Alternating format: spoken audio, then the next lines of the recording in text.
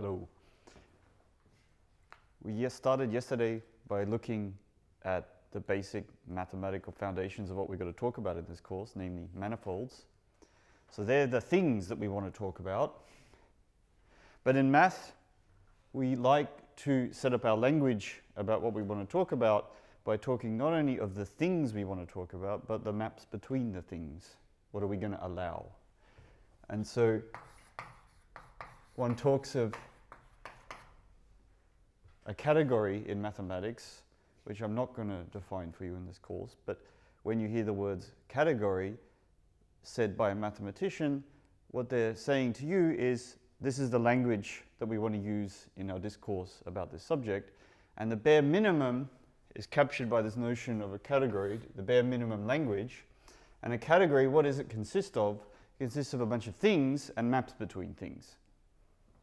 And so once you've said, okay, these are the things that I care about, then you're not quite there. If you want to have a meaningful discussion in maths, you need to talk about what maps are we going to allow between the things. How can the things change? How can we compare the things? And so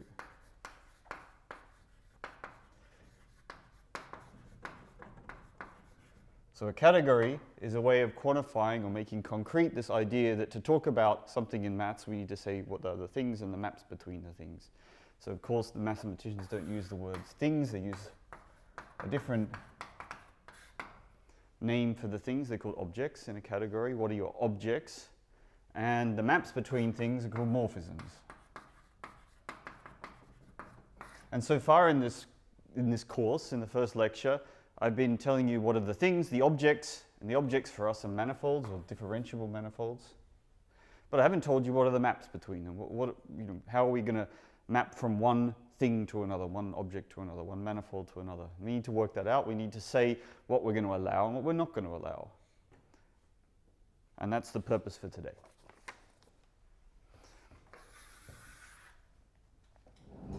And once we've set our language, once we've set the landscape of objects that we're going to talk about and the maps between them, then we can start to derive consequences and learn about these things. So that's why today's topic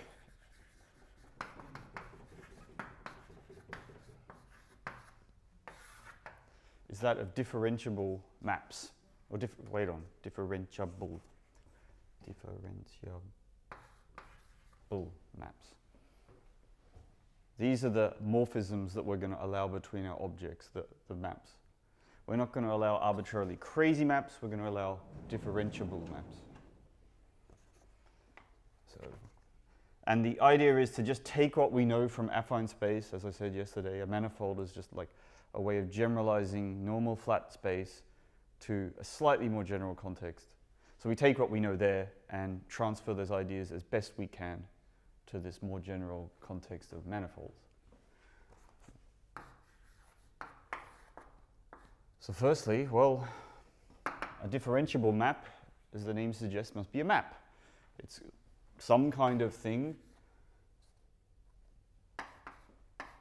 that maps between two of our allowed objects. Remember, our objects now are manifolds.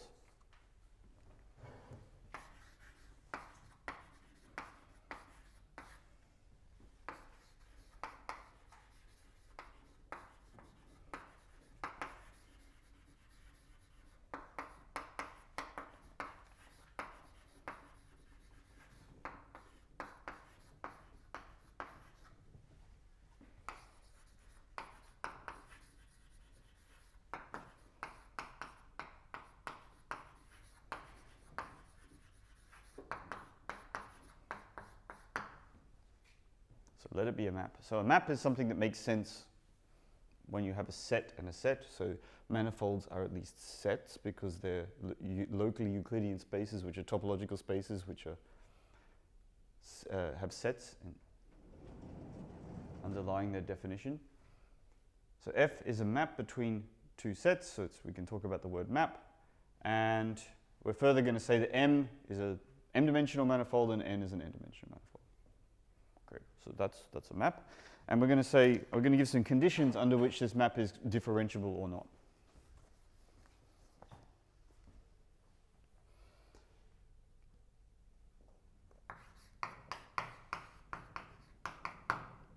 So if you have some point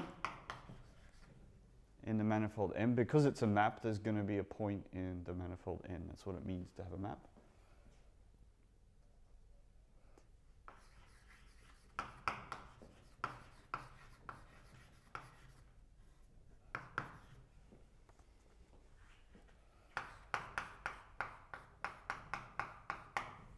Okay, a point in M gets mapped to N. Now, if we left it at that, there's not much more we can say. We're going to have to exploit the fact that we know more about these things called manifolds, namely that they look locally like flat space. And that'll allow us to say things about differentiability. Like we want to take the derivative of something. And as written, we don't really have that extra data to allow us to take a derivative. We don't even know what points are nearby at this point. We have to exploit the information we know about manifolds, that they're locally Euclidean, to talk about derivatives. You compare two things.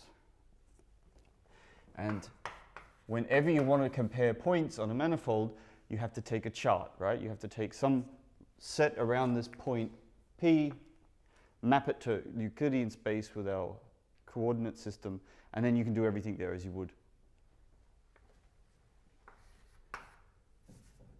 in flat space.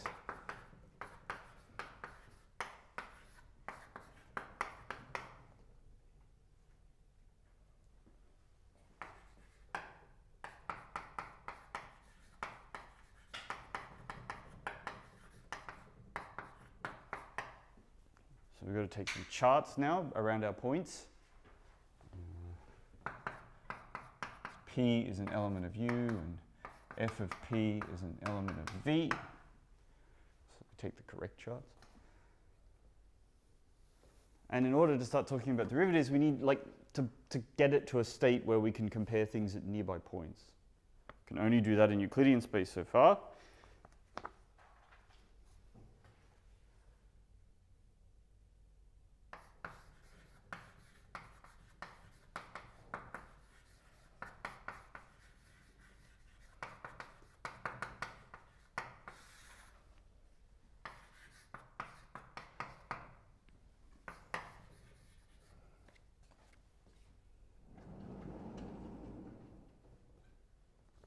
And the way we do that is we get a presentation of our function on Euclidean space via these coordinate systems phi and psi. I'll draw a picture in a second.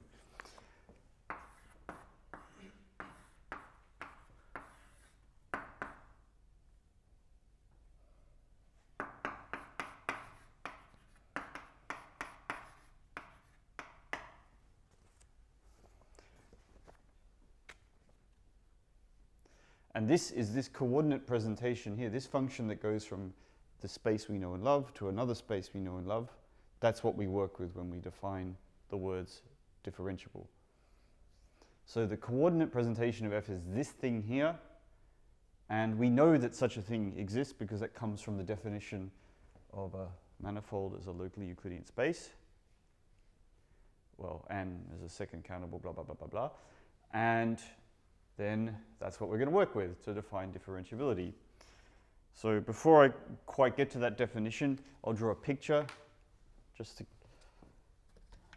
keep track of where things are going to and coming from.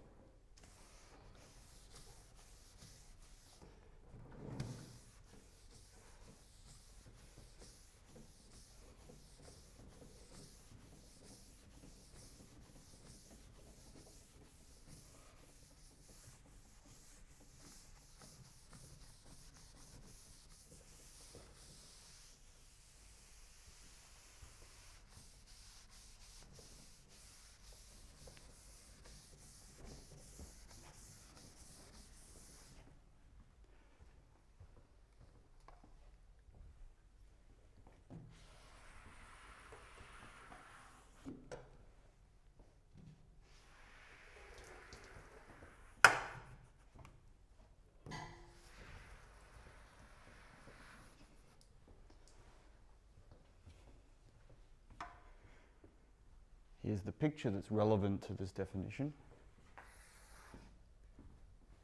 So we have a manifold M, we have a manifold N. Okay, that's what we started with, and a map between them. So here's a point P, here's a map between them, F, here's F of P, and then we've taken, in order to be able to talk about derivatives and differentiability and so on, we have to relate it to Euclidean space in some way where we do know how to talk about derivatives. So we take a chart, U, which is a neighborhood around this point P, and a corresponding map phi to Euclidean space, and our point is like somewhere here. And we do the same around here. This is V. Take it to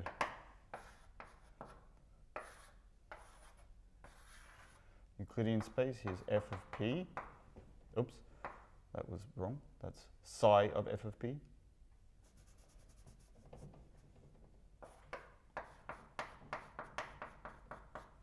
And this is phi of p here. And then a map F induces a map between our nice affine spaces here, our Euclidean spaces. And the map it induces is, well, you take this point here, you find its pre-image under phi, you apply F, and then you apply psi. So there is a map between this point and this point here, and that map is precisely, well, I'll do it backwards. Like, first find the pre-image of this point. So now we've got a point in the manifold, do our function f, and then find out where it lands in that chart there. So that sequence of 3 operations is exactly this function here.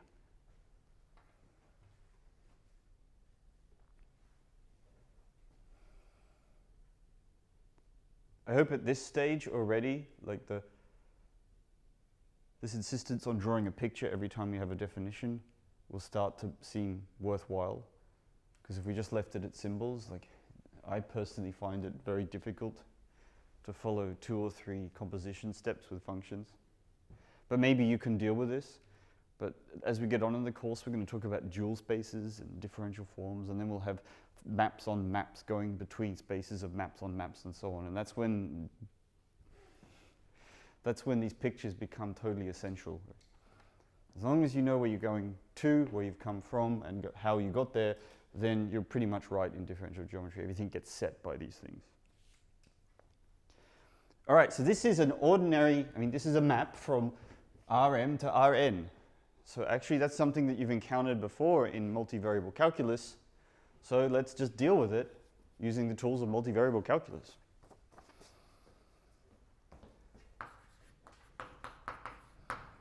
So we're going to, for the point phi of p, we're going to give it some coordinates, or it has some coordinates in Rm, this point phi of p. We'll give those coordinates a name. X mu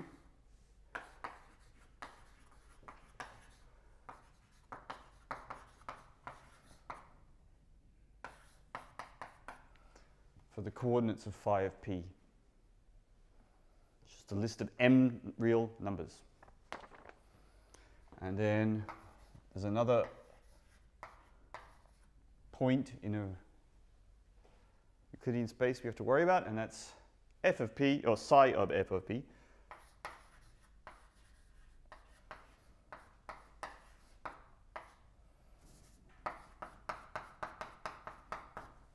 All right, that's what we're going to call those coordinates, y of nu. Mu runs from 1 to m, nu runs from 1 to n.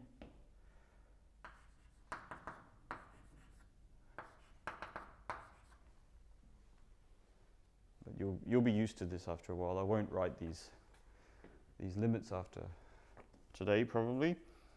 So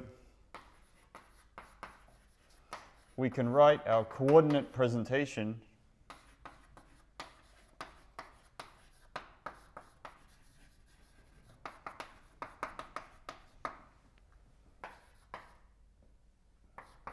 in coordinates just like that. Hopefully this makes you think of ordinary vector-valued functions, because that's exactly what it is.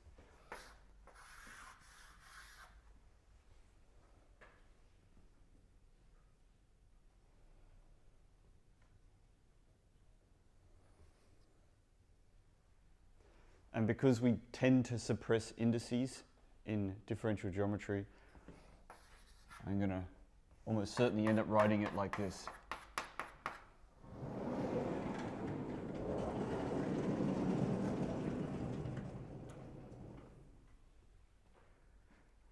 So this looks like a single variable function. It's not. You have to look at the context of the definition to work out what this means. So this really stands for that, and that stands for the coordinate presentation of this map between manifolds.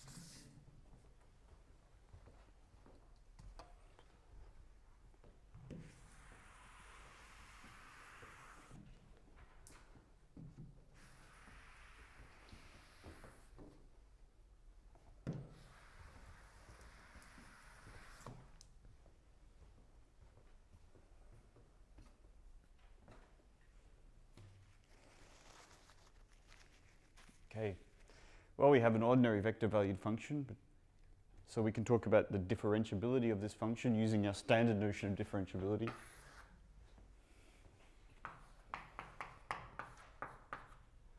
So f is c to the k means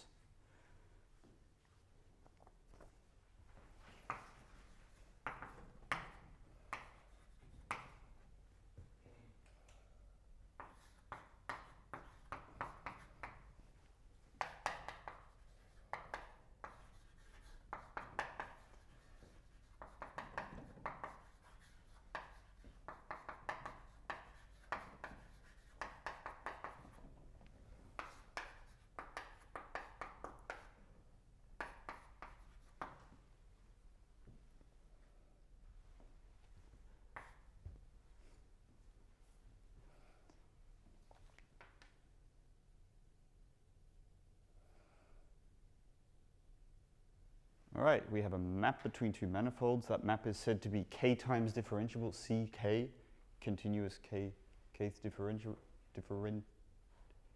derivative. And what does that mean when f is a map between manifolds and not between Euclidean spaces? Well, it means around every point, oops, I didn't say that.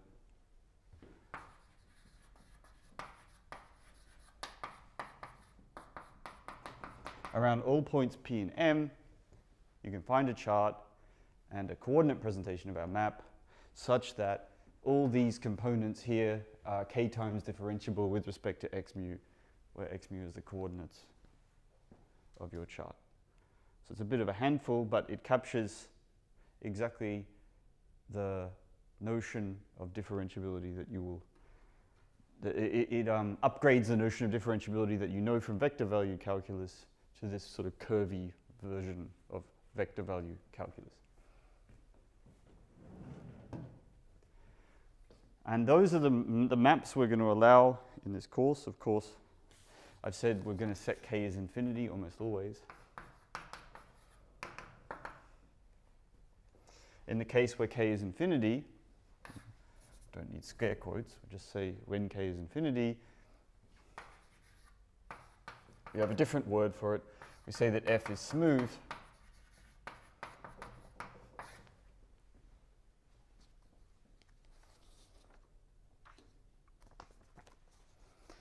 Now, there's a subtlety here which you get used to seeing. You may not have noticed it at this point, but you will get used to asking this question. There's a certain set of questions that in science that you always have to ask. And the question is here, is this independent of the charts we chose? Is this definition independent of the charts we chose? Because if it depends on the charts you chose, it's not a very good definition. It's not even, we say it's not well defined, right? And you have to convince yourself that if something is k times differentiable in one chart, and you just, on Monday you use that chart and on Tuesday you use a different one, that those two notions coincide. It doesn't matter which representation you use. And I'm not going to do that. That's a nice little exercise for you.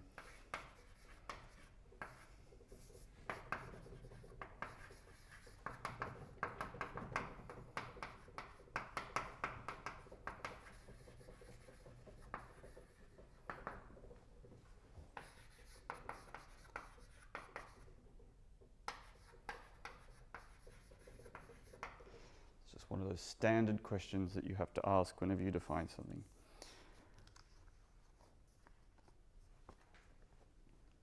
That's it. So we've got our category now. We've actually can start doing math. We want to do physics, but we can at least do math. Our objects are manifolds, CK manifolds, and our morphisms are CK maps between these manifolds. And K will usually be infinity. Now, there's a really special kind of map that will concern us. This map is the one that says two things are equal. So you want to be able to determine when two things ought to be like the same thing. That's very important. When you've got two objects, two manifolds, and you want to compare them, and you want to say, okay, this one's the same as this one. You've got to say, what is the notion of sameness that we're going to use? Sameness might mean that they have the same dimension. Maybe that's enough for two to be the same. Like that's certainly true for Euclidean spaces, right? If I have r to the m and r to the m, then they're the same, right? The dimension is the invariant here that says that two things are equal. What's sameness for manifolds? Well, we have to give a definition for that.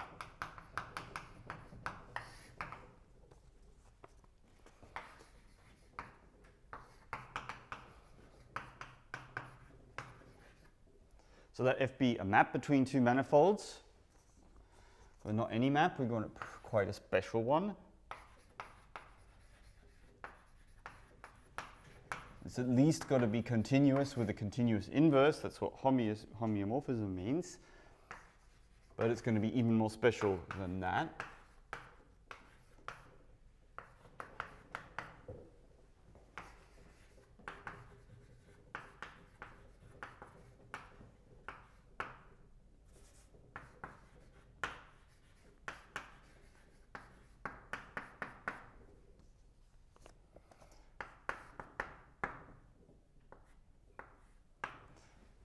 So we've got a map, we've got two charts around our points, blah, blah, blah.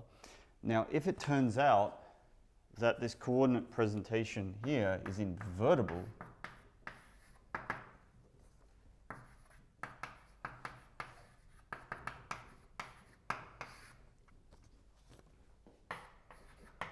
so i.e. there exists a function with coordinate presentation given by f inverse.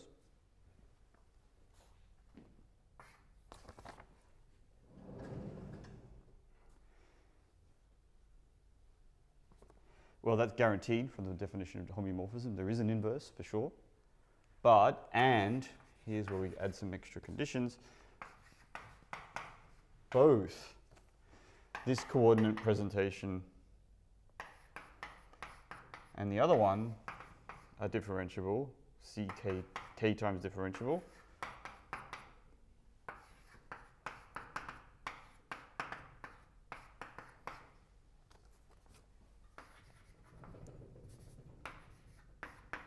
K times differentiable.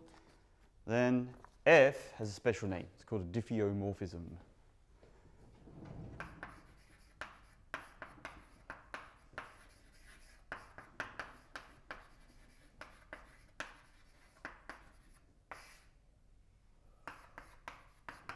CK diffeomorphism. Diffeomorphisms are really special. They're nice smooth functions, and their inverses are smooth functions when k is infinity.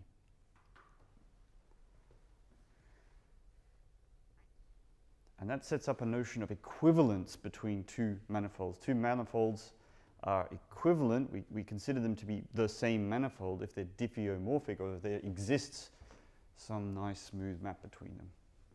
So in that sense, like the sphere is really just the same manifold as the slightly deformed sphere, because there really is a nice differentiable map between the sphere and the slightly ellipsoid sphere.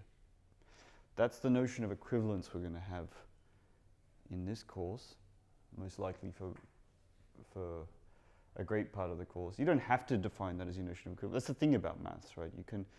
What you deem to be equivalent is up to you. And you might say that two manifolds are equivalent if they're only homeomorphic, if there's some continuous map between them. Or, I don't know, you might be more strenuous and say that the manifolds are equivalent if this diffeomorphisms have compact support. Or there's many, many ways to refine or coarse grain your notion of what the word same means. Certainly in general relativity, the notion of sameness is captured by diffeomorphism.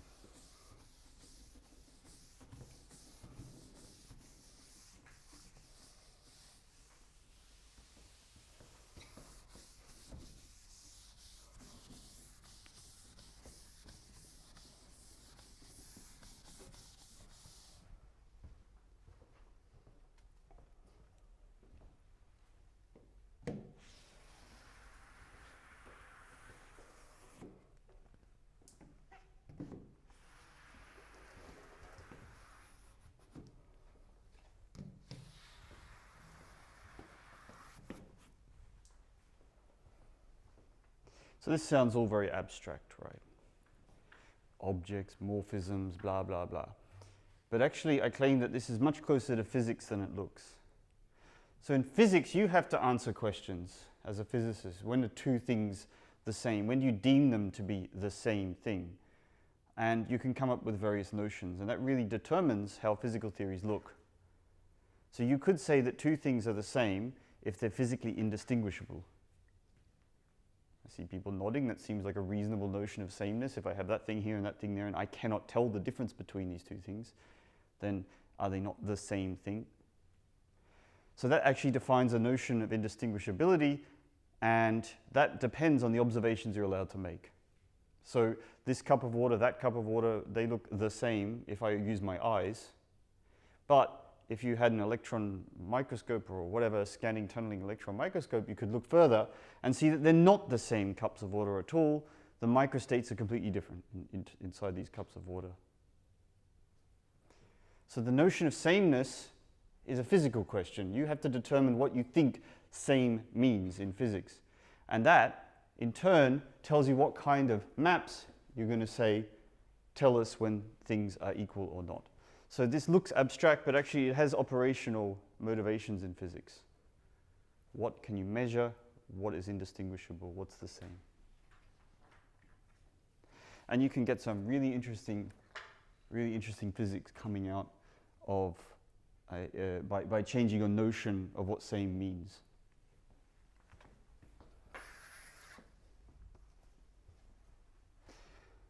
Now it's sort of worth noting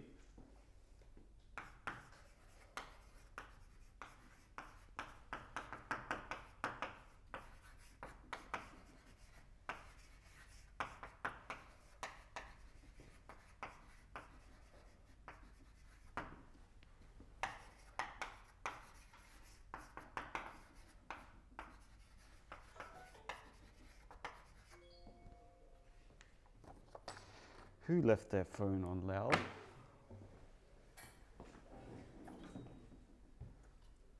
It's worth noting that the composition of two diffeomorphisms is a diffeomorphism. You have one, you have another, do one after the other, that's also a diffeomorphism.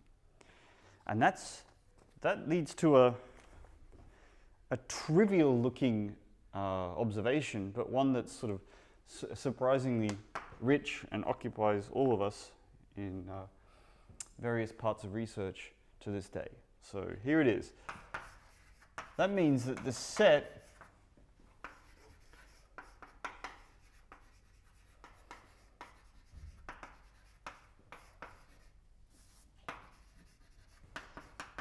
of some of diffeomorphisms from some manifold M back to itself forms a group.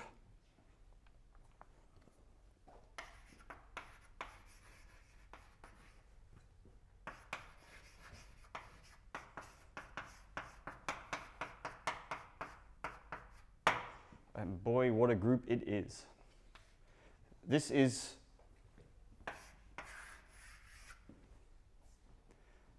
a very, very interesting group indeed for very many different kinds of manifolds. And I'm going to dwell a little bit on the simplest, arguably the simplest example. I can't resist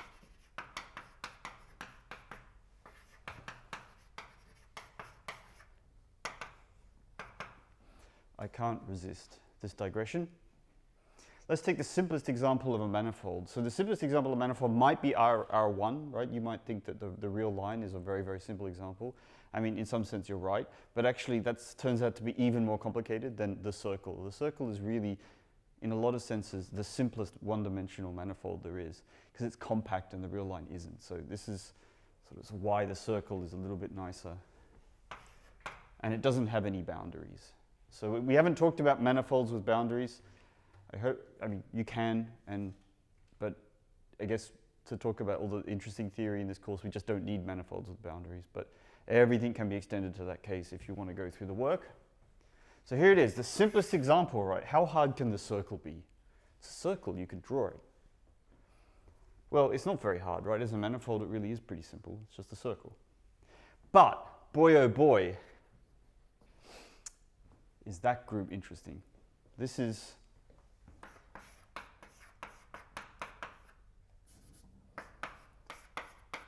an astonishingly interesting group.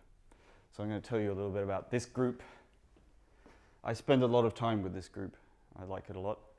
A lot of people do in physics and in math because it comes under another name. Yeah, a question? Is it the set of diffeomorphisms from M to M or N? Oh, the question was, is this the set of diffeomorphisms from M to M or M to N? It's M to M. So it's got to be the same manifold. Otherwise, we give it a different name. If it was from M to N, then we would put a comma N in here. But you can do that, but this is already sufficiently interesting that we'll stop there. Yeah. So this group it appears in all kinds of places. Now I'll give you the place where it appears most strongly in physics. It has a name. It's called the chiral half of the conformal group. So it appears in conformal field theory, if you've heard of that thing. It appears in a vast number of other places.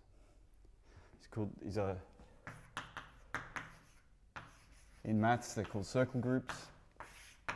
And there's just so many interesting questions about these groups.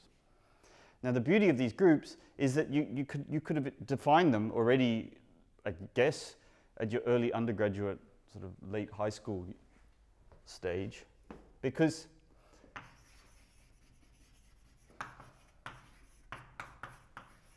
you can draw them.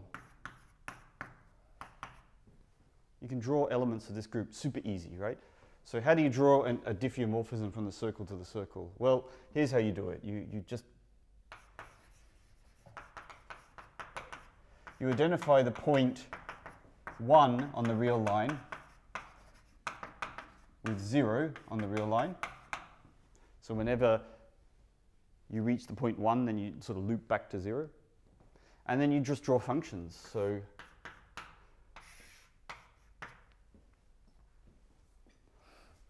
a diffeomorphism from the circle to the circle is nothing other than something you can draw. It's a monotonic increasing or decreasing function that's different, sort of smooth nice and smooth. And when you get to 1, it better be the same as 1. So it loops around. So at this point here, the function goes all the way up. And then at that point here, it's equivalent to that point there. So that gives us a map from the circle to the circle. And it better be that the derivative of the function everywhere is k times differentiable. And at this point here, the k derivatives of the function better match the k derivatives of the function down there.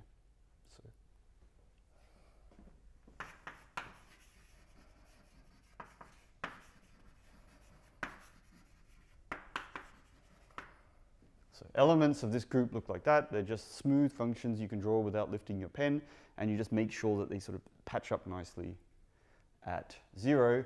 Also, they can look a bit different, right? It can be that your function sort of starts up here, goes there, that's the same as here, and then it's got to have the same derivative there. It can also look like this.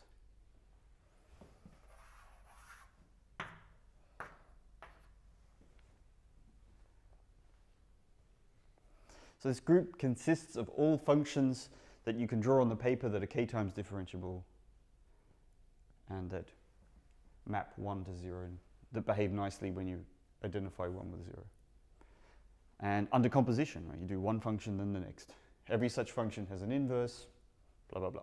We often talk about diff plus k. So that's where it's monotonic increasing always, because it could be monotonic decreasing. That's also an allowed diffeomorphism, but that's a disconnected part of the groups.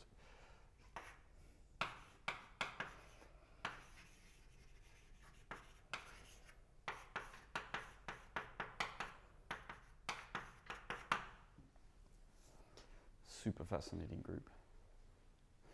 And that's exactly, they are directly related to things called conformal transformations in quantum field theory. So that's one physical place where they immediately turn up. They're also related to fluid dynamics, these groups, vast number of places. And you can ask surprisingly easy questions that are, to this day, sort of really, really difficult and completely unsolved. So just, how does diff k of S1, how does it live in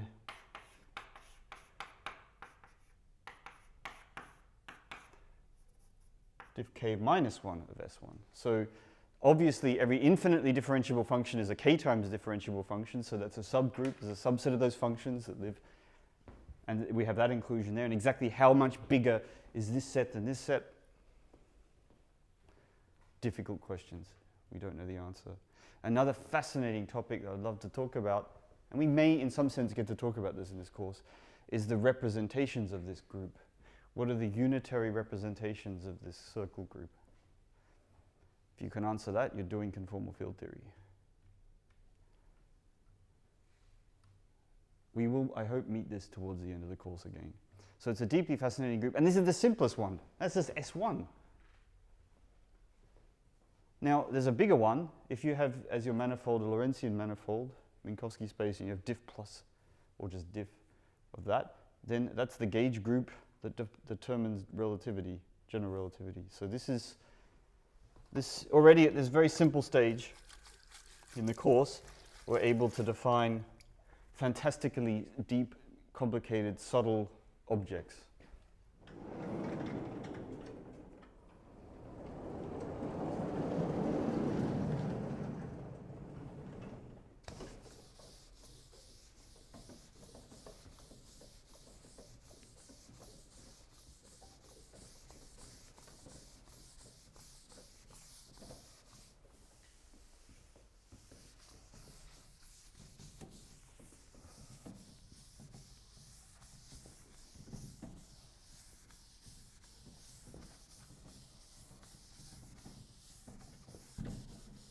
Also turns up in string theory.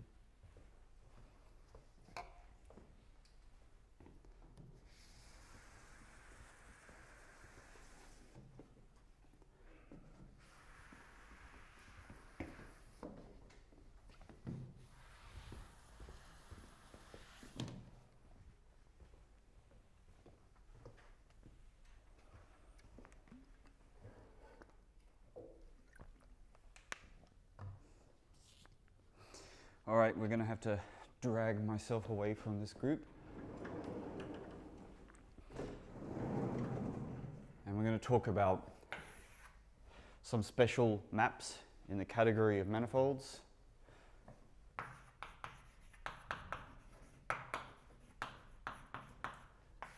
Okay, some special maps, some special classes of maps.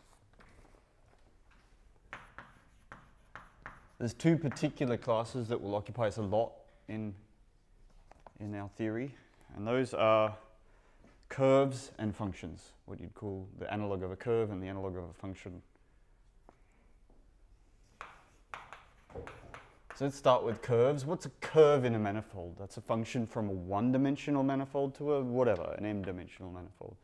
That's what a curve is in real space, right? A curve is just a one-dimensional curve.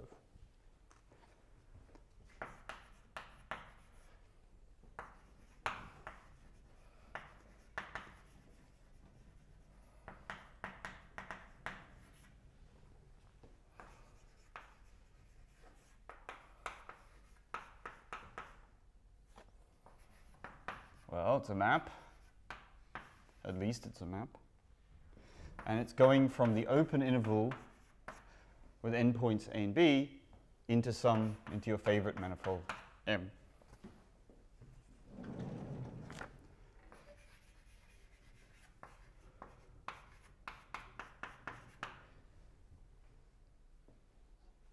So that's my notation for open intervals. That's the correct notation for open intervals. I hate this notation. This is bad. Don't like it.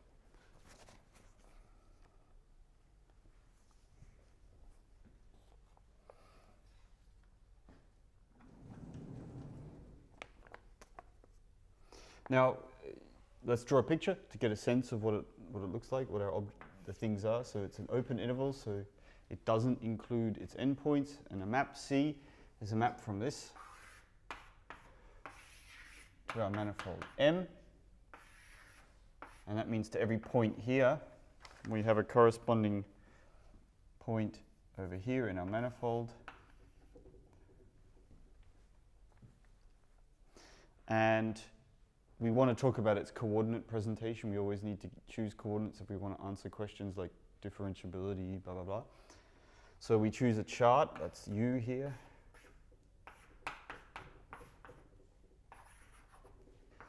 And in this chart, the curve looks like that.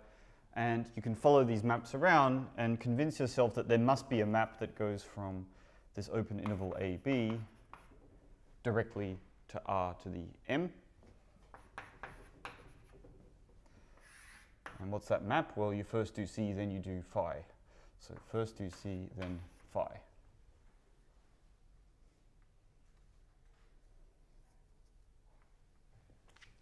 All right, that's a curve. We've defined a curve. There's one other special class of map that we want to focus on a lot in this course, and that will be functions, what we call functions.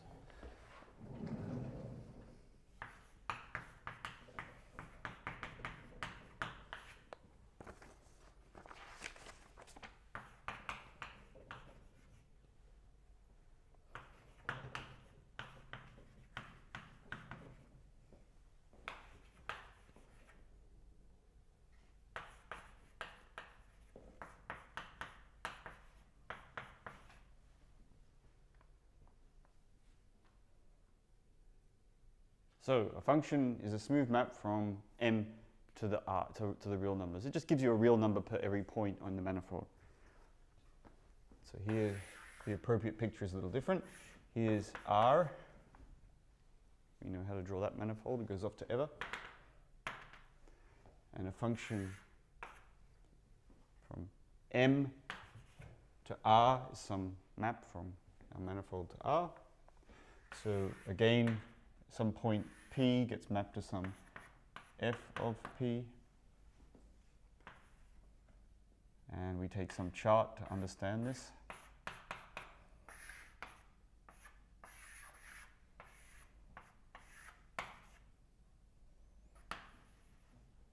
And if you follow this around, you see that there must be some map that goes from R to the M directly to R, and that one is a little different.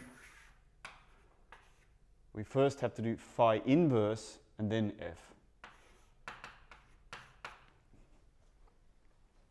in order to get from Rm to R.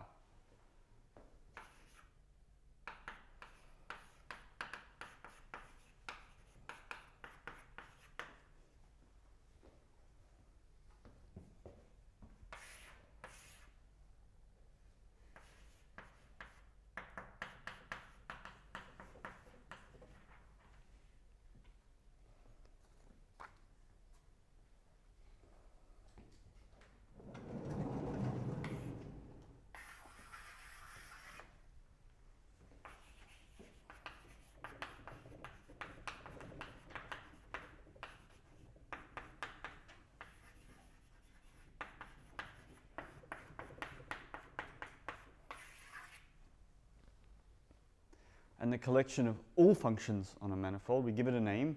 It's called curly FM, which looks exactly like the symbol we used for differentiable structure yesterday.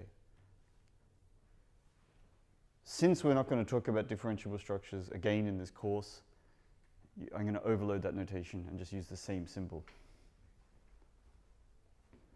So whenever you see curly F like that now, that means the set of all functions on the manifold M.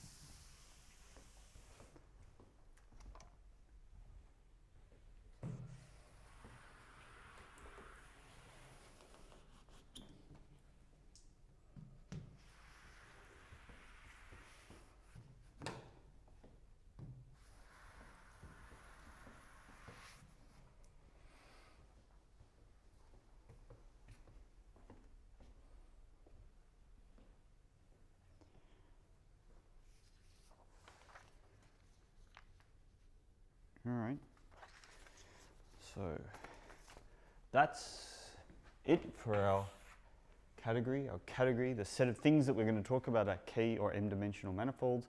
The set of maps between them are going to be smooth maps. That's our category we're going to talk about from now on.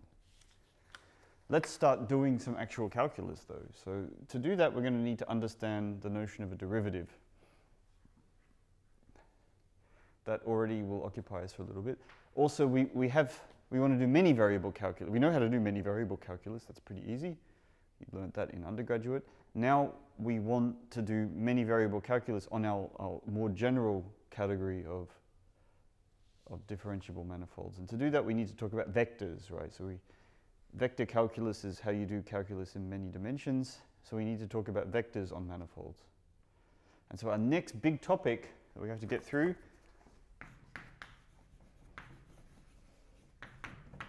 and really this is when physics starts to appear in our course, is that of tangent vectors. So we want to talk about changes between points.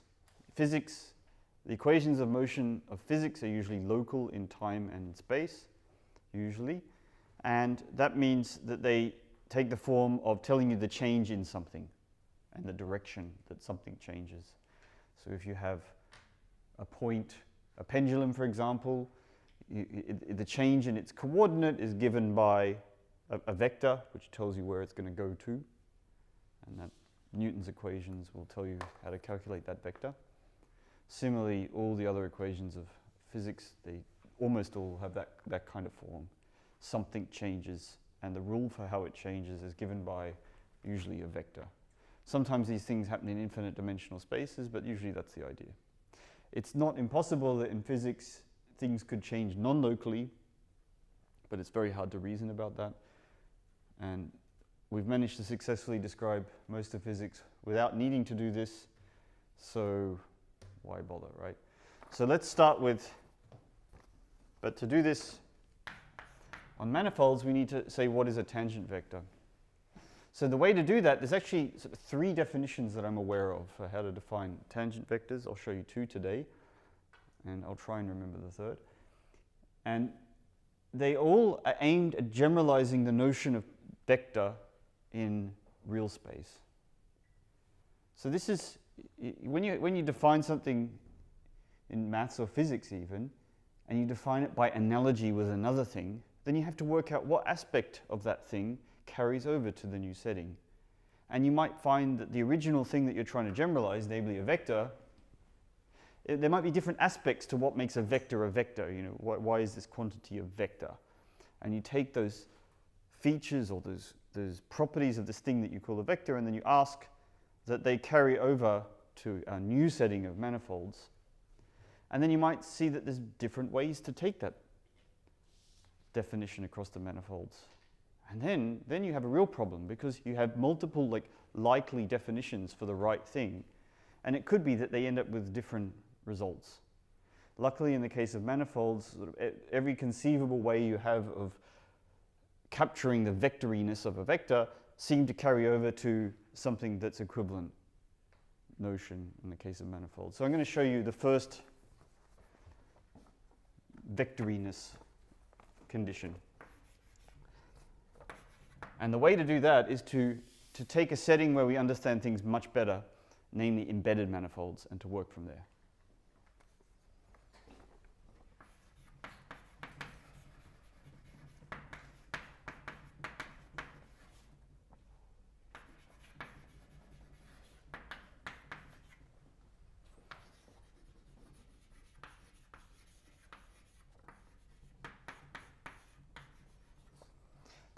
So let's take this very concrete class of manifolds that basically we're always going to work with anyway, and that is embedded manifolds.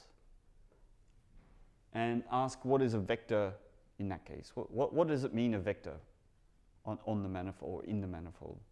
So you have there's a kind of pretty clear notion that if you draw, you have some Rm, and you have some embedded manifold, and in Rm that's just on the board, that's just a line, but you could imagine that as like some surface. It's sort of pretty clear what a vector in the manifold must mean. It must mean that you go to a point and that the vector is exactly parallel to this manifold exactly at that point, and maybe infinitesimally far away it isn't, but it just that point here, sorry, infinitesimally far away, it's still parallel to this manifold, and not infinitesimally, it might be different. So a vector is somehow something that's tangent to this manifold everywhere. And we can talk about the words tangent to at a point when you have an embedded manifold. Easy, right? You just sort of drag a vector around, plonk it on the manifold, its base point on the manifold, and if it doesn't point parallel to it, then it's not tangent to it. So look, that's not tangent, right? Easy. So this question can be answered within vector calculus. And so we're going to see what features we have of this answer.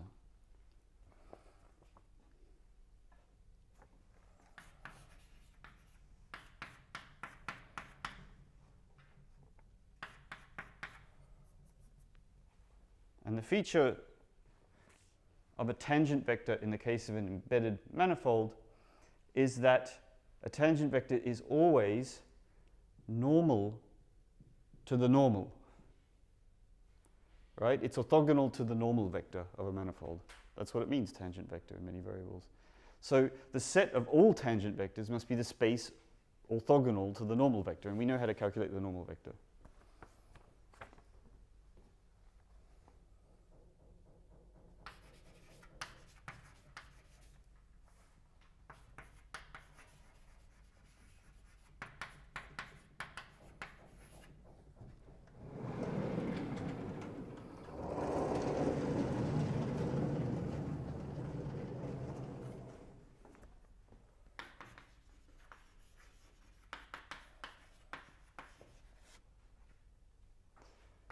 We're going to give it a name. The space of all tangent vectors to a point x in M is just going to be the complement of this set of vectors here. I'll do an example in a second.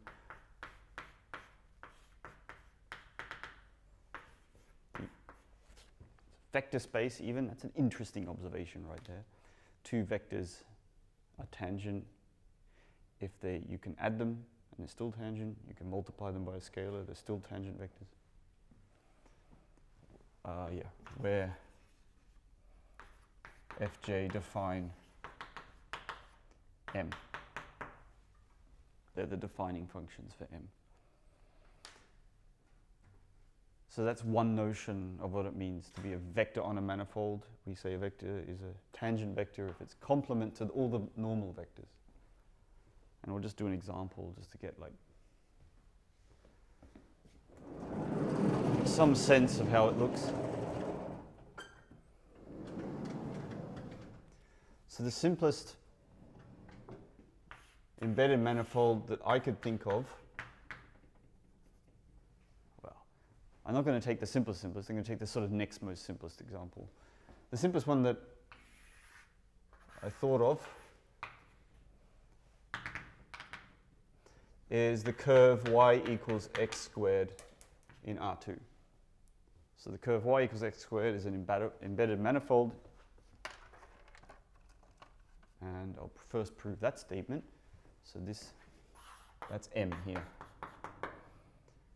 And it's an embedded manifold because this following function here vanishes on M. So it's defined by the vanishing of a function, so it's an embedded manifold. And that function has this property that you need for it to be an embedded manifold, namely that all its derivatives are linearly independent. That's okay because it's one-dimensional. So then we say that the tangent space to the manifold at point x is the complement of the gradient of this function. And so the gradient of this function, grad f, well, let's work it out. It's df dx, df dy at the point x, y. And what is that? That's minus 2x, 1.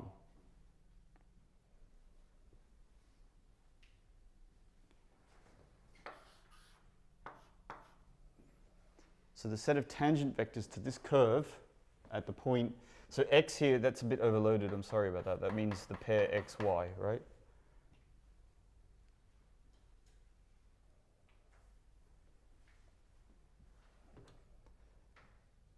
So the set of tangent vectors tangent to this curve, I mean, you know how to work it out, right? You work out the derivative, you find that that gives you the gradient of the line that kisses the curve there, and then you move it up till it actually touches the curve. And then you're good to go.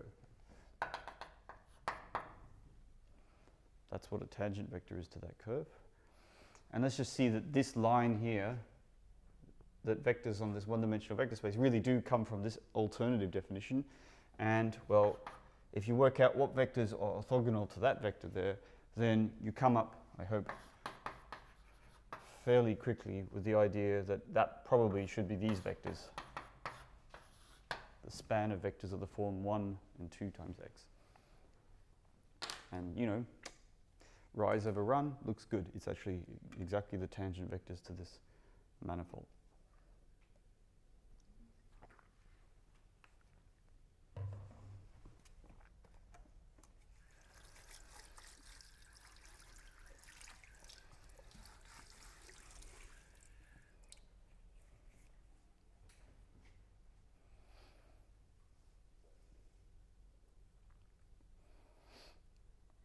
So that's one idea of how to define tangent vectors to a manifold. If the manifold just happens to be embedded, then you're already good to go. Just use this formula here. And actually, I just don't know a manifold where I don't know it as an embedded manifold. So in some sense, this is already it. We could sort of stop here and use that as our definition. I mean, of course you can construct manifolds that aren't obviously embedded, but that's not the important point here. The point is that, is it obviously, are those ones of any use in physics. And the ones that are of use in physics tend to be obviously embedded in RM somehow. Tend to be, not always.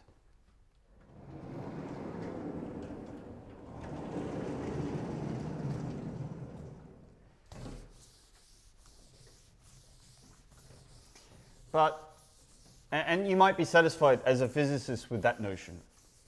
But as a mathematician, you would have, if you put on your mathematician hat, you would have grounds to be a little concerned by this definition. Because this definition seems to depend on your embedding.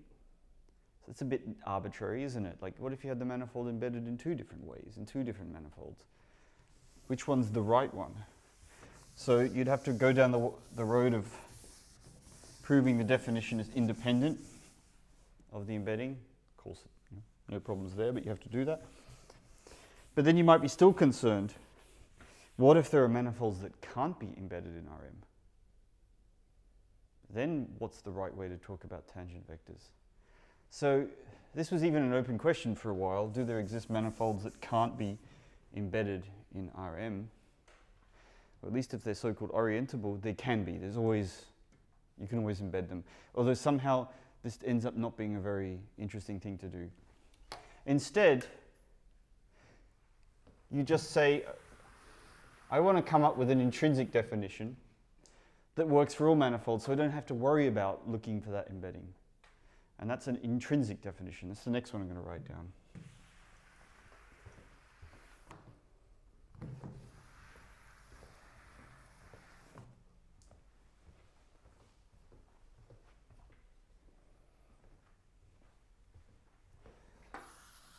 So this notion here, just to emphasize, captures the vectoriness of a tangent vector by saying that it's orthogonal to the normal vector of the surface.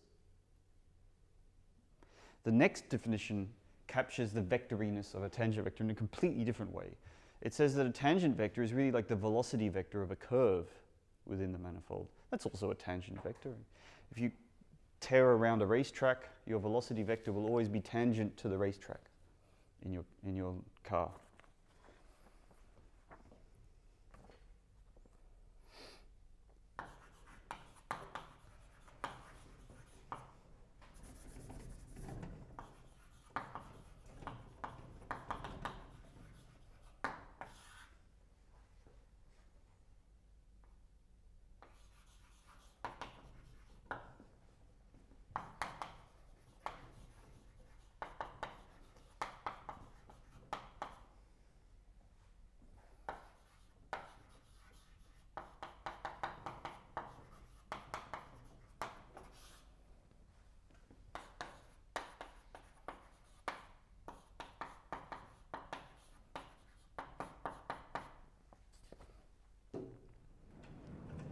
This is the next definition of what a tangent vector could be.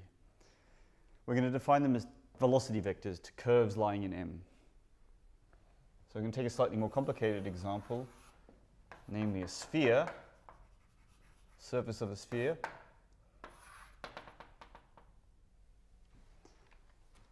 So again, the sphere is embedded in R3, so we know what it means tangent, according to our first notion.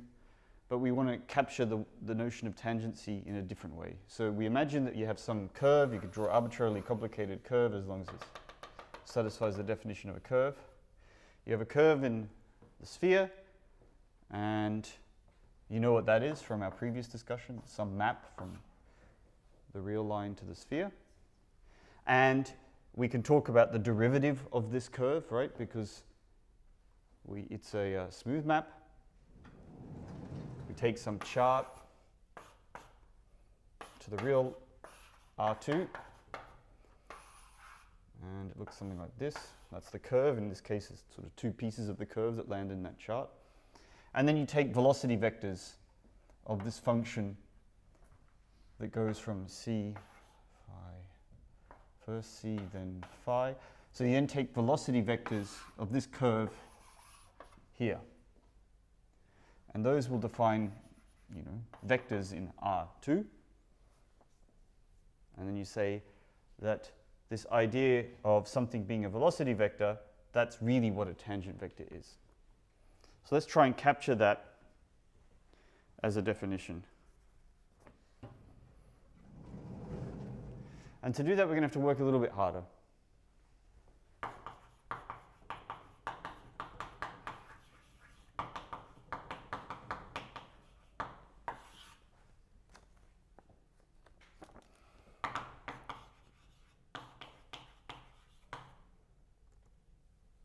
We're going to do it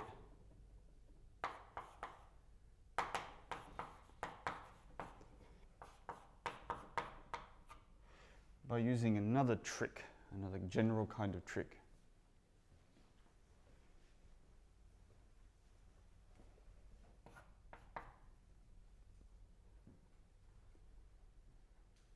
And that trick's motivated by this velocity vector construction.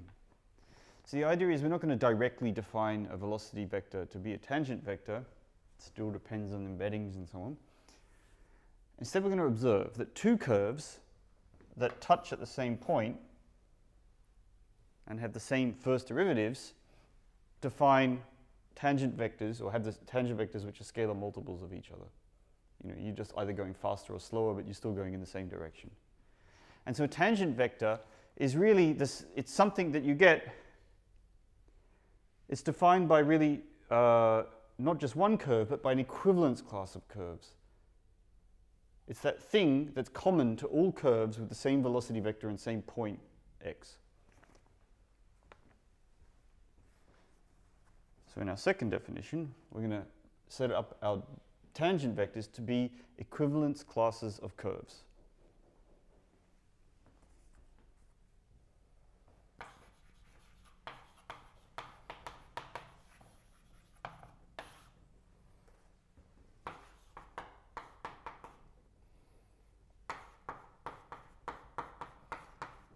Two curves are now said to be equivalent if, when you work out what their image is at the real number 0, that it's the same thing, it's the same point in M. We'll give that point a name, call it x. And 2, the derivatives are the same at that point in the corresponding coordinate chart.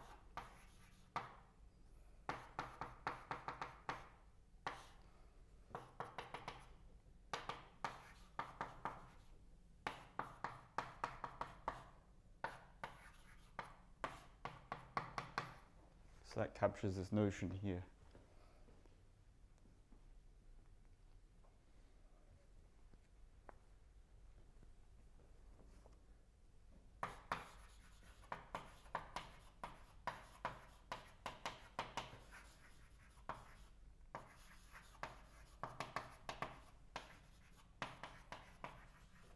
You can check that that defines an equivalence relation on curves. One curve is equivalent to another, and then this curve is equivalent to a third one. It implies that C1 is equivalent to C3. It's transitive, reflexive, blah, blah, blah. You can check all these things. But we define the open interval of A to B as that the 0 has to be in. Yeah, for this definition, 0 has to be in. The question was, didn't we just define curves with respect to open intervals? Is 0 in there? Well, by assumption, 0 is in there. Otherwise, this wouldn't make sense as a definition. Good question, right? So 0 is defined to be in there. So this is an equivalence class on curves containing the origin.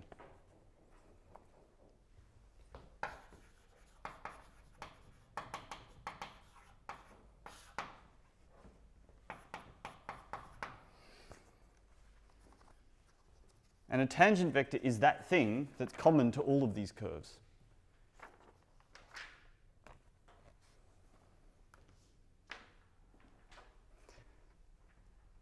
So this is when you turn the property into a definition.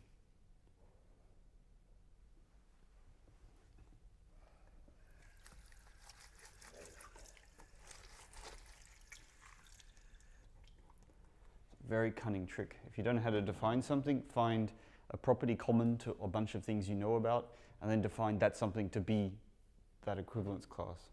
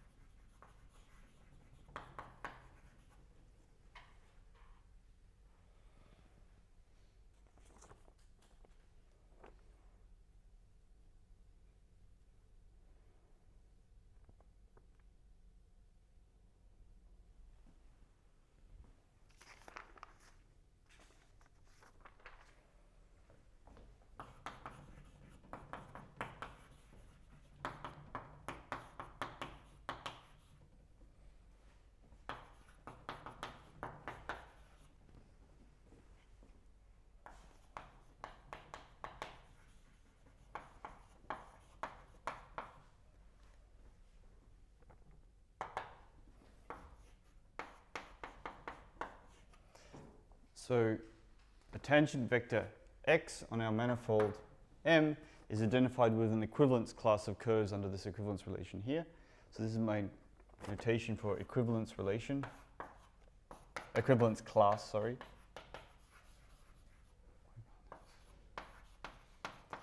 And that's just defined to be the set of all curves C twiddle of t such that C twiddle of naught equals C of naught, and of course the derivatives of their coordinate presentations are equal as well.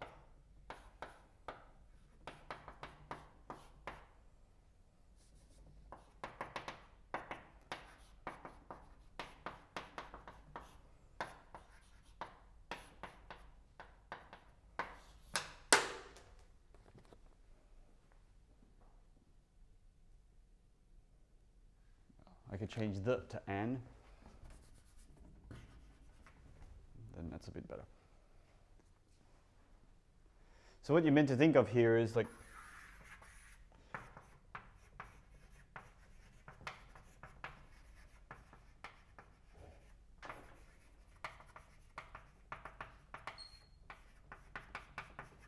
think of the set of all curves that contain the origin. So that's not the manifold M or anything. This is just my visual representation for the set of all curves. So each point in this set is an infinite number of points, and each point is some curve containing the origin. All these points. And a tangent vector is a whole bunch of curves which are all equivalent according to this notion of equivalence. So that divides this set up into big pieces, equivalence classes, and tangent vectors are now, in this case, defined to be these equivalence classes.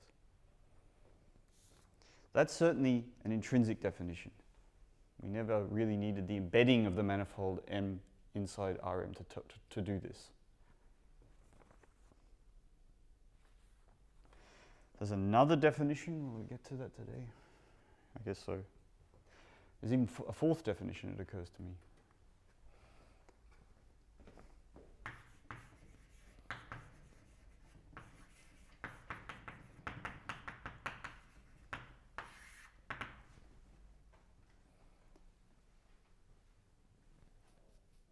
Now we're not quite done, to be clear.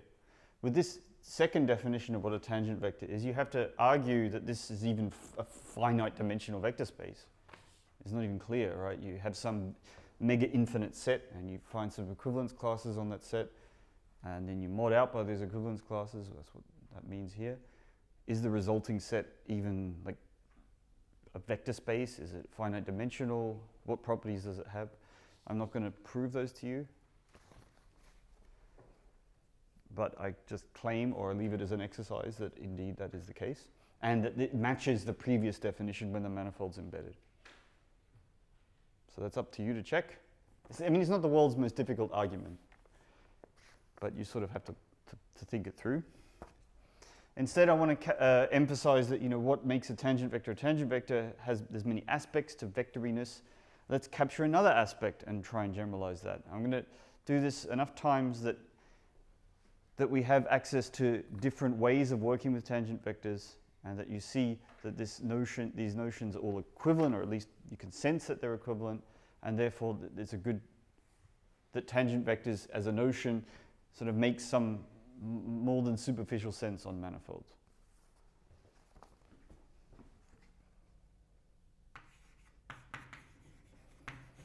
So this next definition exploits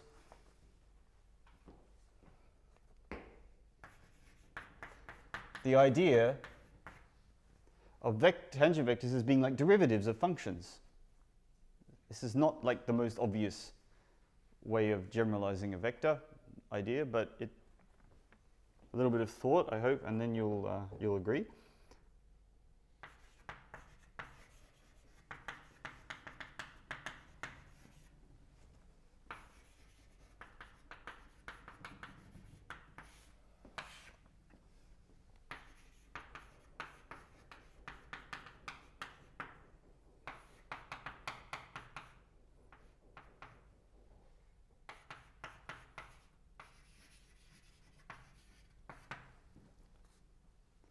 So here we have a curve. We still have a curve in our manifold, but now we're defining a tangent vector to be the result of doing a directional derivative. So that's something you can do from vector calculus. And that makes intrinsic sense as well, right? So the directional derivative of a function along a curve is pretty easy. You just evaluate the function on the curve, you differentiate it with respect to this curve parameter t, and evaluate that at t is naught, and that's the directional derivative. Yeah? Do the function s have to be defined globally? Does the function f need to be defined globally? No, only locally, right, for this definition to make sense.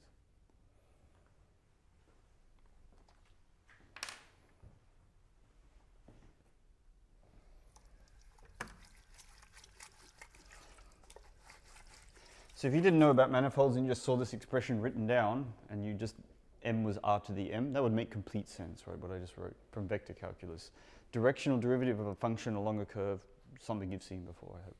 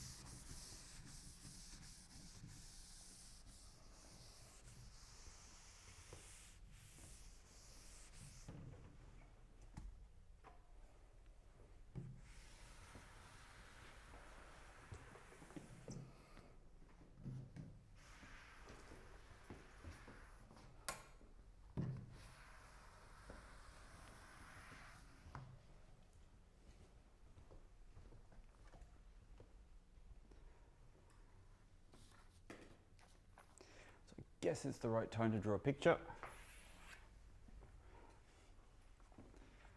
Well, it's always a good time to draw a picture in differential geometry. So we have a manifold M, we have a function f, we have the real line here. So far so good. We have a point, which in this case is c of naught. So we should draw a chart around that point.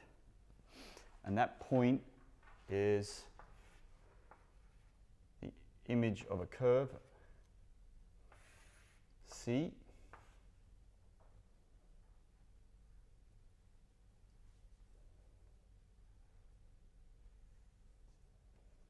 Is this the picture I want to draw?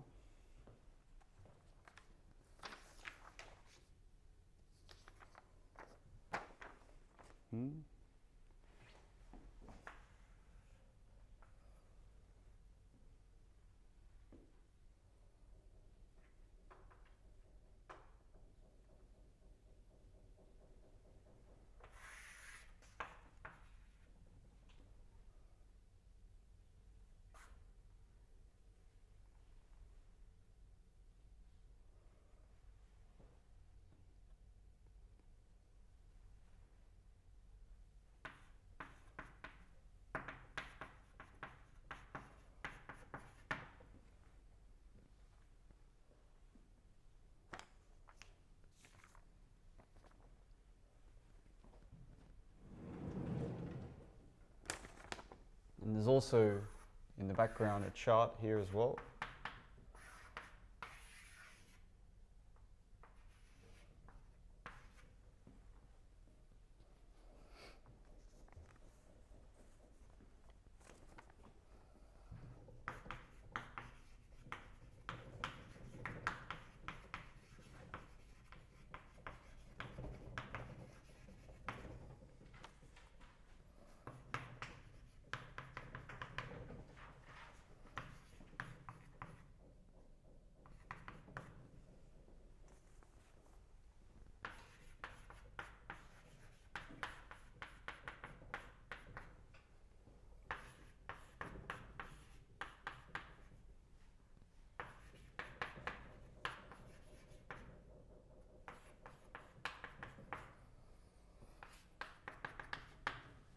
So it's worth pointing out that in terms of local coordinates, the directional derivative of f, you can work it out just by using chain rule.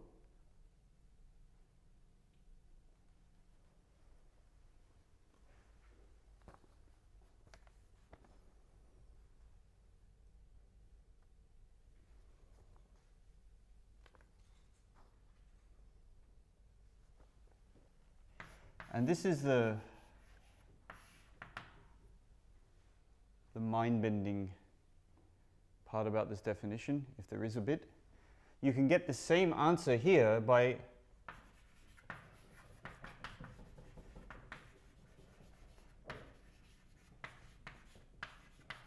applying an operator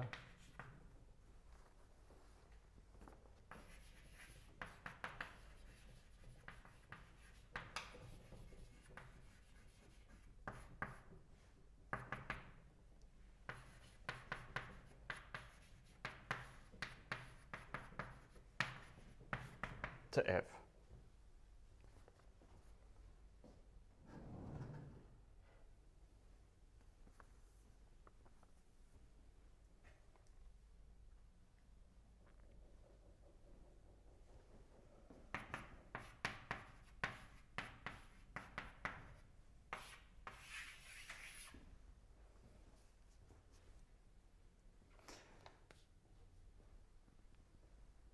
So the set of tangent vectors according to this definition is the set of all differential operators of this form.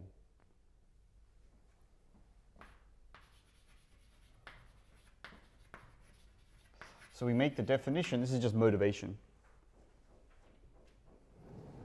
that the set of vectors tangent to the point x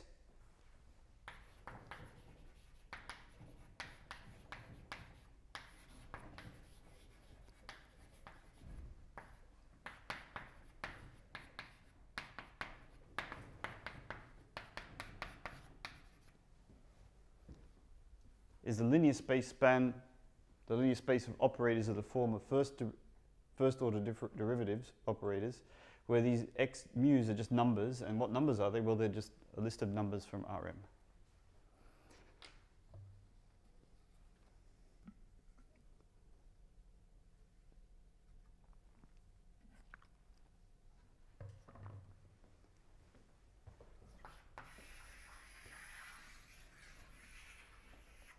Another definition of a tangent vector.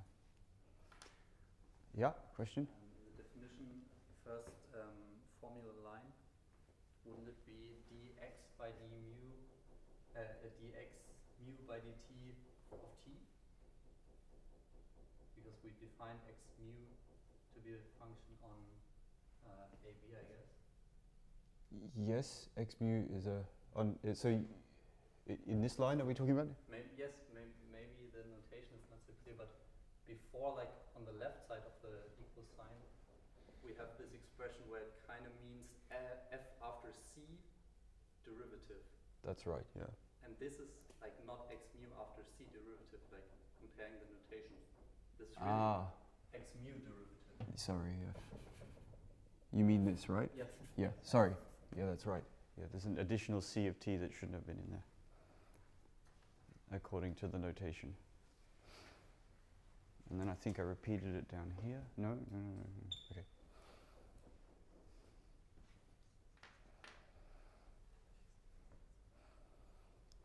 There's yet another definition of tangent vectors that we could use in this course. I won't cover it, but I will mention it just in case that you are interested in algebraic geometry. This would be the one that you would use. So you set up the set of functions that vanish at the point x.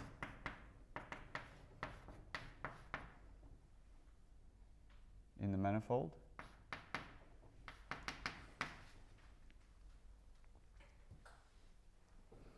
And then this is an ideal. Then you square this ideal. And you take the quotient. That's also another definition of the tangent space to a manifold. That's really, I'm doing that from memory, so that needs to be checked. But that's only if you're interested in algebraic geometry. Would you want to see the connection to tangent spaces like in that particular way? All right. I guess we'll stop here. So next lecture, we're going to do a teeny bit of physics. We're going to talk about Lagrangian mechanics, because we actually have assembled enough data to be able to do that. So we can talk about Lagrangians now. So if you think right back to mechanics and how you define Lagrangians, the Lagrangian function is a function of position and velocity. But to talk about velocity, you need tangent vectors. Well, we have those now, and we have position, so we can talk about Lagrangians. And we can even express the extremal principle and the action. We can set up all that stuff. So we can do mechanics on manifolds, and we'll do that briefly in the next lecture before moving on to Hamilton mechanics in this formalism. But for now, I think we'll stop there. Thank you very much.